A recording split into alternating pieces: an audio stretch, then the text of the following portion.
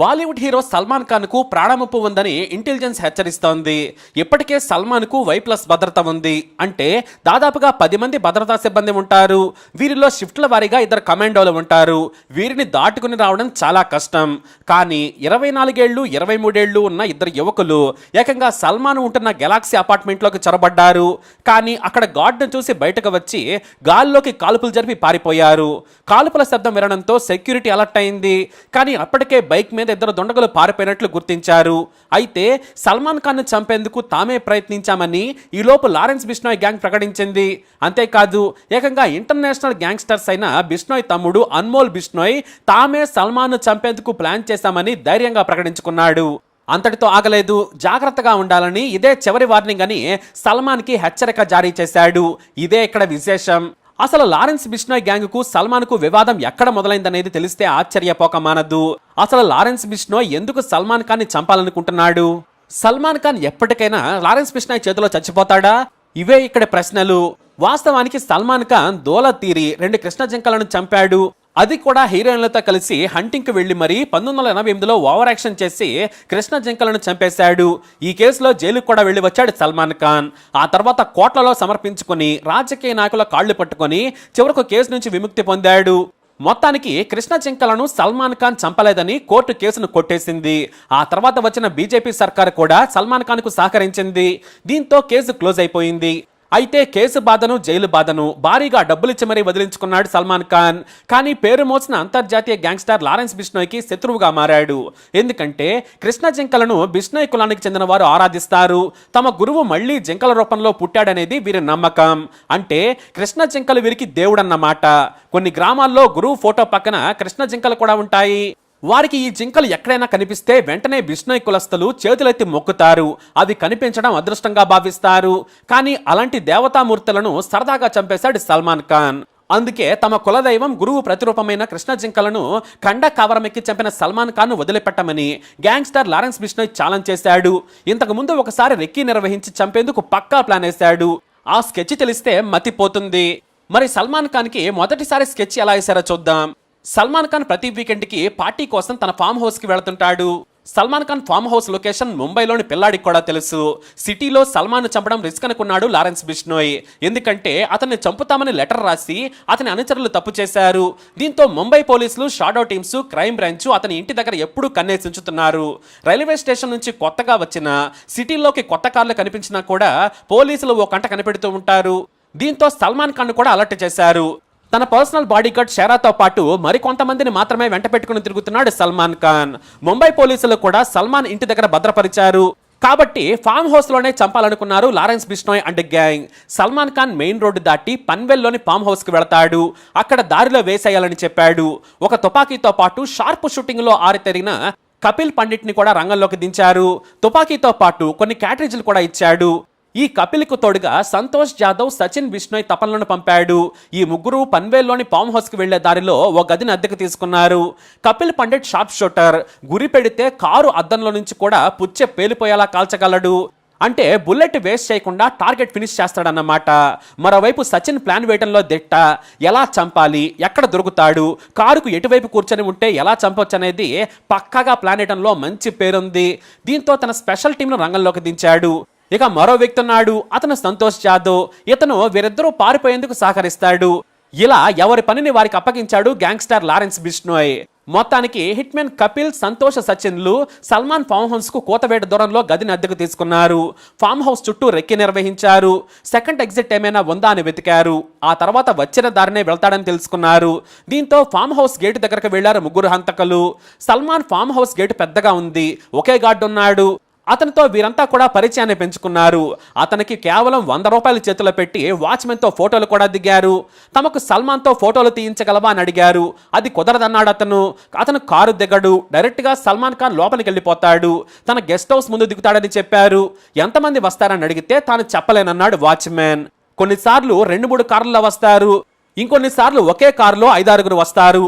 మరి అందులో security team కూడా ఉంటుందా అని అడిగితే అవునన్నాడు వాచ్మెన్. దీంతో గేట్ దగ్గర చంపడం కుదరదనుకున్నారు. ఎందుకంటే సల్మాన్ వచ్చే సమయం వాచ్మెన్ కి తెలుస్తుంది. కాబట్టి దూరం నుంచే ఫోన్ రాగానే గేటు తీస్తాడు. దీంతో స్పీడ్ గా లోనికి వెళ్తుంది కారు. అంటే ఆ గేటు దగ్గర సల్మాన్ ఖాన్ చంపలేమనుకున్నారు ముగ్గురు. దీంతో దారిలో ఎక్కడైనా స్పాట్ పెట్టేయొచ్చని లొకేషన్ చూశారు. సరిగ్గా ఫామ్ హౌస్ కి వెళ్లే దారిలో చిన్న మలుపు ఉంది. ఆ రోడ్డు సరిగా లేదు. వానల దాటికి అక్కడక్కడ గుంటలున్నాయి. దీంతో ఒక టేప్ కొనుక్కొచ్చి ఎన్ని మీటర్ల దూరంలో ఎన్ని గంటలు ఉన్నాయో లెక్కేశారు. ఓ చోట 60 మీటర్ల దూరంలోనే 120 గుంటలు ఉన్నాయి. అంటే ఎంత లగ్జరీ కార్ అయినా సరే గంటకి 20 కిలోమీటర్ల వేగం కంటే వెళ్ళలేదనుకున్నారు.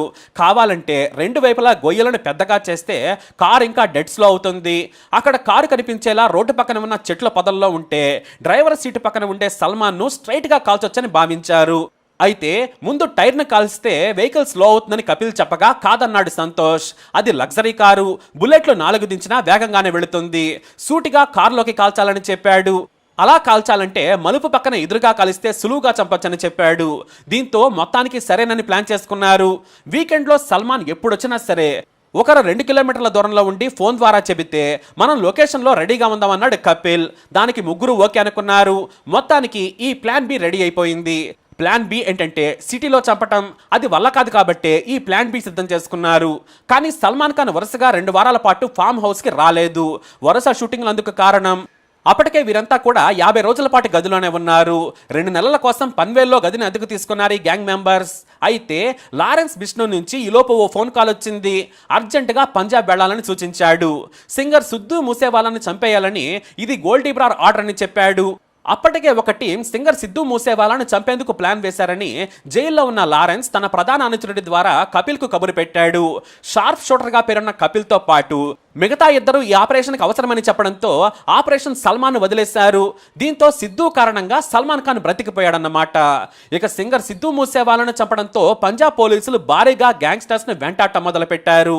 ఇండియా పాకిస్తాన్ బార్డర్లో పొలాల మధ్య ఉన్న పాడుబడ్డ భవనంలో దాక్కున్న ఇద్దరిని ఎన్కౌంటర్ చేశారు. మిగతా వారిని కూడా వెంటాడుతూ ఉండడంతో ఈ కపిల్ సంతోష్లను అనూహ్యంగా క్రైమ్ బ్రాంచ్ పోలీసులు పట్టుకున్నారు. వారికి ట్రీట్మెంట్ ఇవ్వడంతో ఈ సల్మాన్ ఖాన్ చంపే కుట్ర కూడా బయటపడింది. మే 29న సింగర్ సిద్ధూను చంపేందుకు ప్లాన్ ఫిక్స్ చేశారు. అందుకోసం మే 16న ముంబై నుంచి వెళ్లిపోయింది ఈ గ్యాంగ్. అలా బాలీవుడ్ స్టార్ సల్మాన్ ఖాన్ ఆ రోజు బ్రతికిపోయాడని ఢిల్లీ పోలీసులు తెలియజేశారు. అయితే ఇప్పుడు ఇద్దరు వ్యక్తులు మరోసారి అంటే గెలాక్సీ అపార్ట్మెంట్ దగ్గర రెక్కీ నిర్వహించారు. గన్ పట్టుకుని అనుమానాస్పదంగా తిరుగుతున్న బిష్ణోయ్ అనుచరుడిని ఇంటెలిజెన్స్ పోలీసులు పట్టుకుని విచారణ చేయడంతో అసలు విషయం చెప్పాడు. సల్మాన్ను చంపేందుకు వచ్చామన్నాడు. దీంతో నాటి నుంచి కేంద్రం ఏకంగా Y+ భద్రతనిచ్చేసింది. అయితే సల్మాన్ ఖాన్ ఉంటున్న అపార్ట్మెంట్ రక్షణ పరంగా అంత సులువు కాదని కూడా చెప్పారు పోలీసులు. అపార్ట్మెంట్లోని సువిశాలమైన మొదటి అంతస్తు సముద్రానికి ఎదురుగా ఉంటుంది.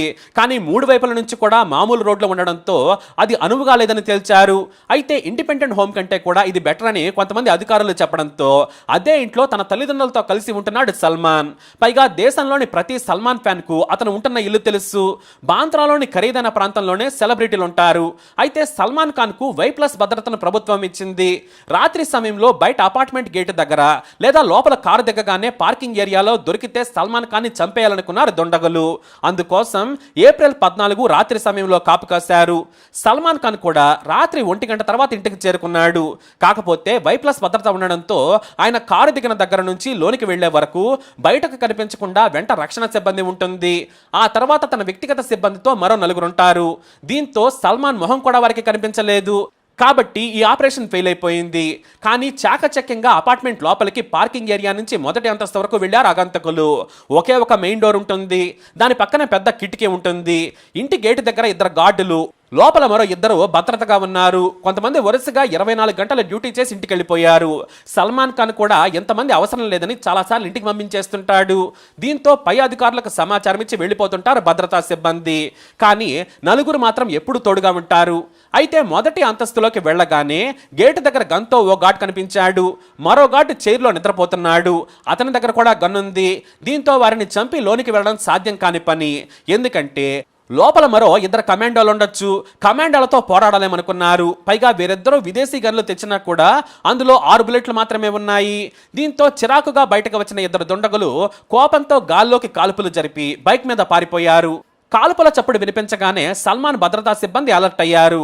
కమిషనర్ ఆఫీసుకు కాల్ చేసి చెప్పడంతో అదనపు భద్రతా సిబ్బంది వచ్చారు. మర్నాడు ఉదయం ఫోరెన్సిక్ టీం వచ్చే వరకు అక్కడ కాల్పులు జరిపిన విషయం ఎవ్వరికీ తెలియదు. అయితే ఈ ఘటన జరగగానే తామే హత్యాయత్నం చేశామని లారెన్స్ బిష్నోయ్ తమ్ముడు అన్మోల్ బిష్నోయ్ ప్రకటించాడు. అయితే కాల్పులు జరిపింది ఎవరనేది పోలీసులు విచారణ మొదలుపెట్టారు. క్రైమ్ బ్రాంచ్ ఈ కేసును సవాలుగా తీసుకుంది. వందల కొద్దీ సీసీటీవీ కెమెరాలను పరిశీలించగా ఇద్దరు యువకులు కనిపించారు. వారిని ట్రేస్ చేసుకుంటూ వెళ్ళగా ఓ కాలనీలో ఉన్నట్లు తేలింది. అయితే ఆ కాలనీలో లక్షల ఇళ్లున్నాయి. కానీ ఒక యువకుడు వెరైటీగా గడ్డం చేయించుకున్నాడు. ఆ గడ్డం ఆధారంగా విచారణ చేశారు పోలీసులు. ఓ వృద్ధుడు తాను ఆ యువకుడిని చూశానని చెప్పాడు. ఈ గడ్డం చూసి నేను ఆశ్చర్యపోయాను. ఘాట్లుగా గడ్డం చేయించుకున్నాడు. ఇదేం ఫ్యాషన్ అనుకున్నానని చెప్పి ఏకంగా ఇంటిని కూడా చూపించాడు. పోలీసులు సదరు ఇంటి ఓనర్ ఇంటికి వెళ్ళగా గత 4 రోజుల నుంచి ఆ కుర్రాళ్ళు కనిపించడం లేదని చెప్పారు. అయితే ఆధార్ కార్డుల జిరాక్స్ కాపీలను ఇచ్చారని పోలీసులకు చూపించాడు. అయితే అవి నకిలీవేమో అనుకున్నారు. కానీ అవి ఒరిజినలే. ఒక యువకుడు 24 ఏళ్ల విక్కీ గుప్తా, మరో వ్యక్తి 23 ఏళ్ల సాగర్ పాల్. అయితే ఈ విక్కీ గుప్తా హర్యానాలోని ఓ వ్యాపారిని చంపిన కేసులో కీలక నిందితుడు.